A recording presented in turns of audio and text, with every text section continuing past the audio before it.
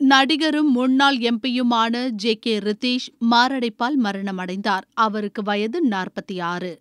சின்ன புள்ள படத்தில் அறிமுகமான ரித்தீஷ் கானல் நீர், நாயகன், பெண்சிங்கம் உள்ளிட்ட படங்களில் நடித்துள்ளார். ஆர்.ஜே. பாலாஜி நடிப்பில் சமீபத்தில் வெளியான எல்.கே.ஜி. படத்திலும் அவர் முக்கிய கதாபாத்திரத்தில் நடித்திருந்தார். 2009 லோக்சபா தேர்தலில் ராமநாதபுரம் தொகுதியில் திமுக சார்பில் போட்டியிட்டு வெற்றி பெற்றார். பின்னர் கடந்த 2014ஆம் ஆண்டு திமுகவிலிருந்து விலகி அதிமுகவில் இணைந்தார்.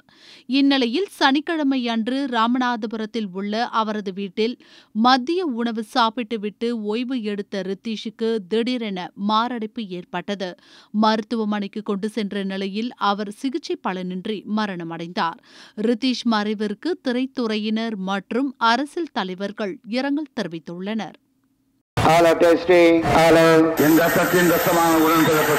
என் உயிரினும் மேலான அன்பு உடன்பிறப்புகளே, செய்வீர்களா?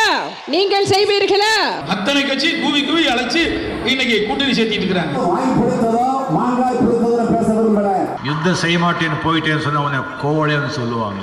आप में से किसी ने कहा था कि Rafale CEO has said people of Tamil Nadu are remarkable. தேர்தல் திருவிழா 2019 6 பக்க எக்ஸ்க்ளூசிவ் தேர்தல் செய்திகள். தினமலர் நாளிதழில் தினமும் சில செய்திகள், சில படங்கள், சில தகவல்கள். தினமலர் நாளிதழில் மட்டுமே.